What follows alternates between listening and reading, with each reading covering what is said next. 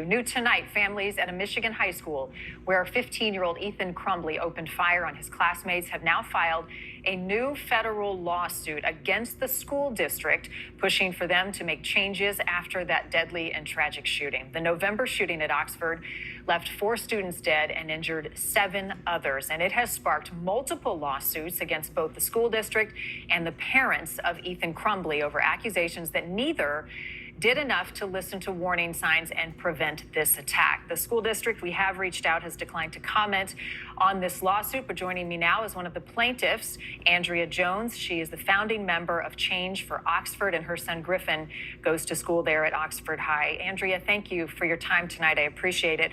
First, I'd like to start with Griffin, because reading some of what you have said in the past, he's had a very, very tough time getting through the day because of some of the triggers, particularly the school day. Take us through the last 7 months for your family and your son. It's been challenging for sure. These kids all miss a lot of school. It's difficult for them to be in the scene of the crime. In particular, their 5th hour, they're still in the same classrooms and hallways that they were in when the shooting took place. So that is a big trigger for them. For my son in particular, it can be anything from, someone running in the hallway to a door slamming, and that can be a trigger. Also, eating in the cafeteria for a lot of these kids is difficult. So every day is a challenge, and, we do have good days sometimes, we have bad days sometimes, but overall, I mean, he's doing well, but the trauma takes its form in many different ways, and sometimes you just don't see it coming. Does he talk about it much to you? Not so much about the trauma, but we do talk about the case in general, and what the situation and the feeling is like at the school. And I think that helps. We've done that from the beginning. I think openly talking about it and that, holding that in helps a lot. Well, let's talk about this lawsuit, Andrea. It does cite a lack of action since the shooting on the district's part. The district has taken some steps increasing security. The clear backpacks is something we've reported on. What more do you want to see? We want the unbiased third-party review so that we can look at what went wrong that day so we can adjust the policies so that it doesn't happen again. That's the first thing that we need to do. We also need to be looking at the policies and adjusting them so that students that have mental health issues are not sent back to class with the other students.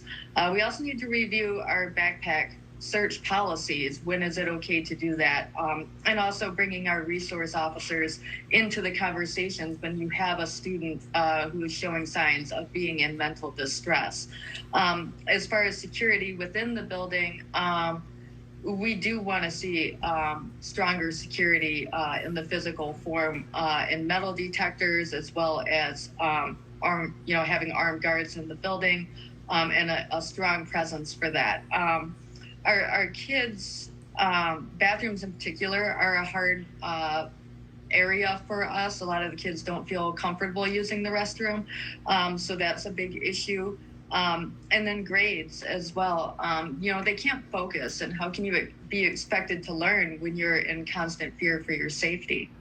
The district, as I said, hasn't responded to this latest lawsuit, but you all are not seeking any damages here. You just want change and action and this third-party investigation. Have they been receptive to some of the demands so far?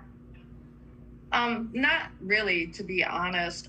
In the beginning, when we approached them, we had contacted a group called the National Center for School Safety. And what they do is they study data, and they offer grants to school districts and businesses.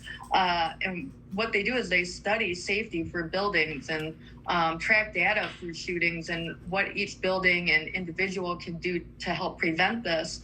And they did reach out to our then superintendent, but did not receive a response. And then we brought it again to them back in April, I believe it was.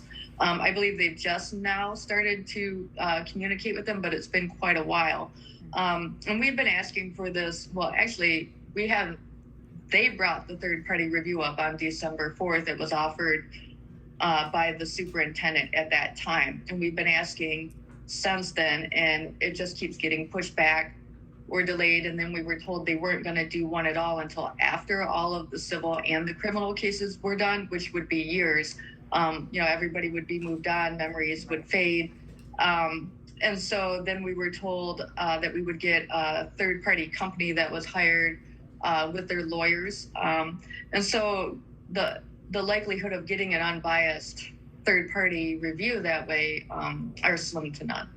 Well, Andrea, I appreciate you coming on tonight. It's about 10 weeks until Griffin and all of the other students at Oxford head back in the fall. We'd like to have you back on to update progress of this lawsuit and how folks in your community are doing. Thank you so much. Keep us posted. Yes, thank you. Thank you. All right, more than 5,000